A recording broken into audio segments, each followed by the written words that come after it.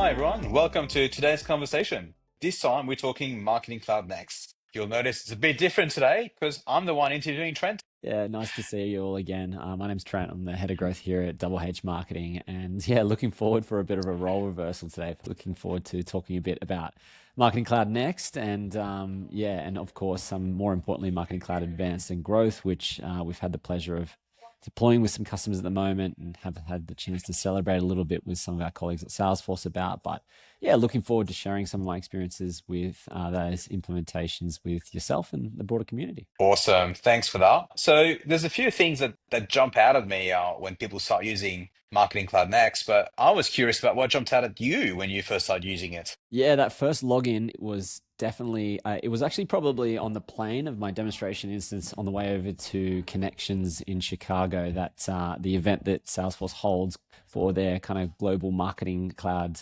conference. I remember logging in for the first time and going through some of the assisted setup items. And yeah, I was pretty blown away at actually how integrated that Marketing Cloud Growth and Advance are in the core stack. So for any of those of you who've been around Marketing Cloud for a long time, the promise of Marketing Cloud coming onto the core platform has been something that we've all been waiting for a very long period of time, or maybe thought might not have happened, but it has, and it's immensely powerful. And the integration with Data Cloud, the use of data across Salesforce, I think we're seeing something here that is going to be pretty unbeatable in the marketing automation space when it comes to data. So yeah, super blown away by how interwoven it is in the platform. That's awesome. One of the things I really like about that concept is that if you get skills on one of the platforms, you start adding skills on the other ones as well. So if you're doing sales already, you do marketing, there's reusable skills.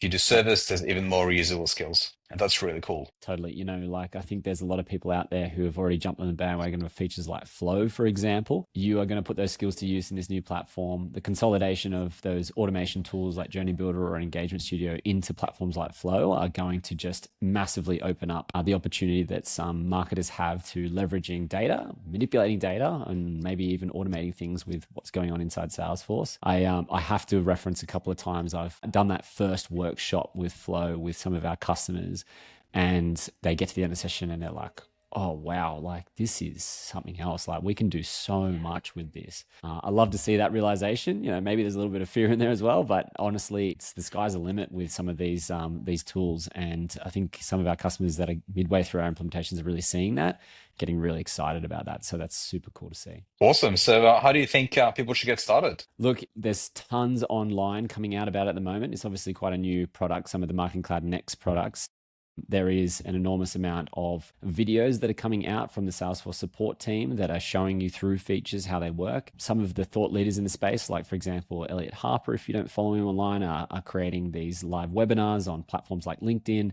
There's so much action, and we're hoping to publish a lot more stuff ourselves soon, but ultimately start looking at what's out there. Use words like Marketing Cloud Advanced and Growth, and some of those influencers in the space in LinkedIn are doing it a lot. Ultimately, there's a lot of thought leadership coming from the community that can start to help you understand the concepts in the tools. I want to get into the specifics. So what's first? Data cleanliness, just start implementing it. What do you recommend to your customers? Yeah, look, it's a really good call. We've had a few work through some data integrity stuff before they start really succeeding with Marketing Cloud. Some of the best practice approaches in terms of maintaining your data inside of the core platform are going to have a pretty big effect on your ability to be successful with Marketing Cloud Advanced and Growth.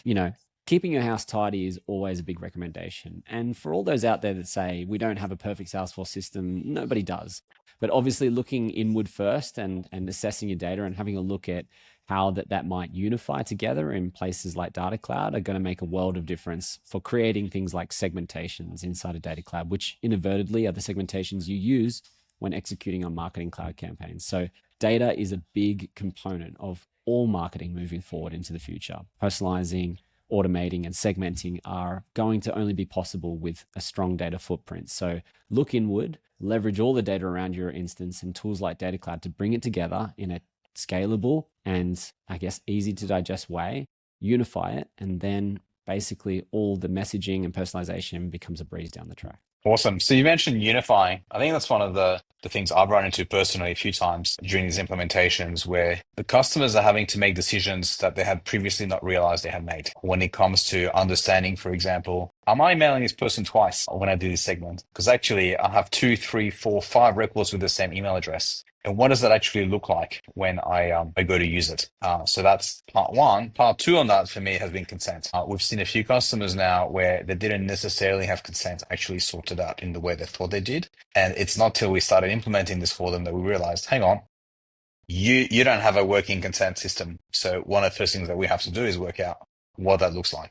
How do you feel about that? Yeah, consent's a big one in the new platform. There's obviously an evolving world of consent across a lot of jurisdictions, different countries, regions, etc. Some of the implementations so far have really forced organizations to look at what that they have as in terms of a record of consent and how they maintain that in the future.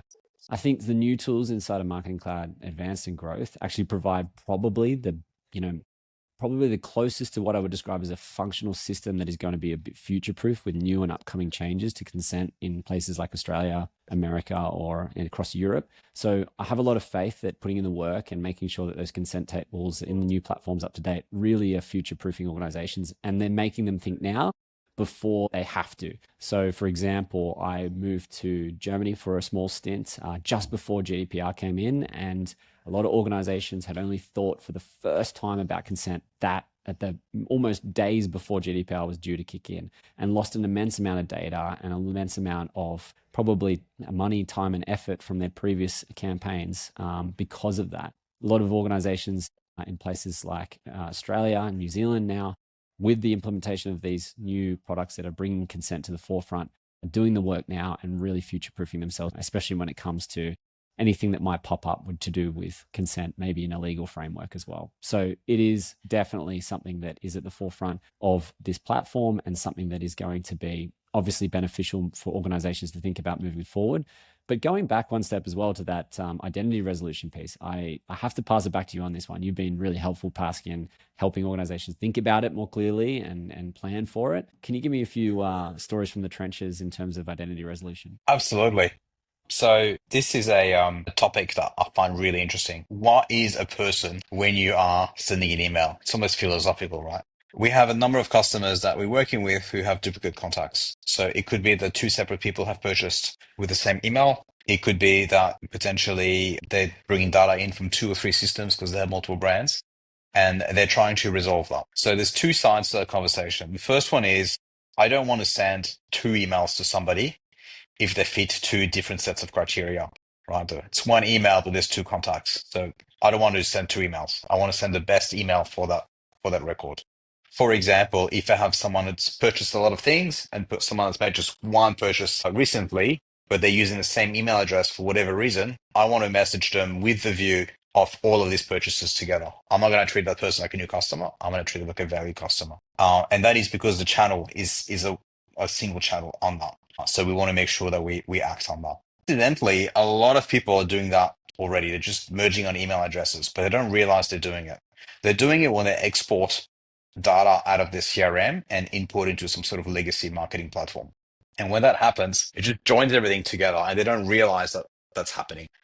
So what I find is really helpful in these conversations is think about, is that actually happening from my organization? And does it matter how it looks and what it looks like? Because in some cases, you do need to send two emails, right? If I've purchased two things and I need two receipts sent to me, whether I'm one person or two persons, that has happened.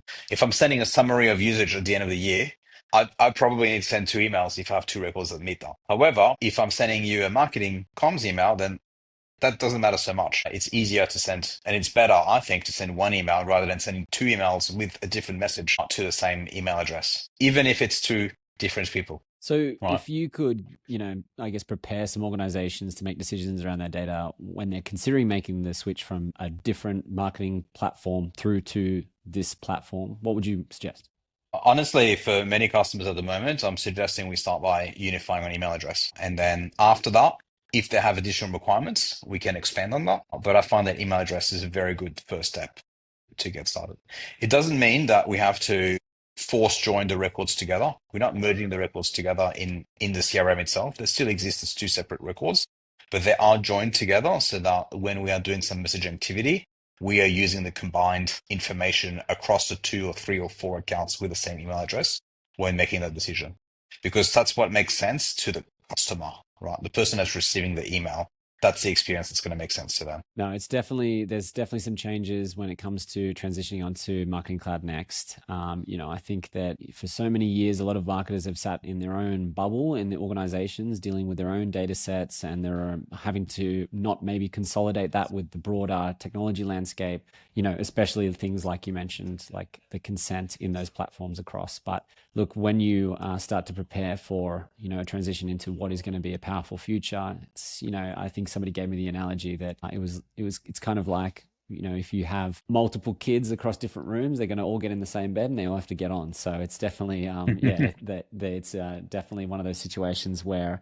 bringing in and learning about what's in the CRM, understanding some of the tools like Flow are going to be really beneficial for some really powerful nurtures that are not just going to send emails or SMSs, but do some amazing stuff with data, agents, and everything that's to come in the roadmap for Marketing Cloud Next. So thanks for joining me, Pask.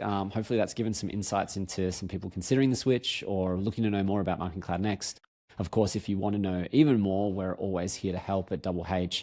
We've had the honor of already doing quite a number of these projects locally here and are looking forward to doing a lot more. So feel free to reach out to us on LinkedIn or at info@doublehmarketing.com.au. Thanks for joining me, Pask. Awesome. Thank you.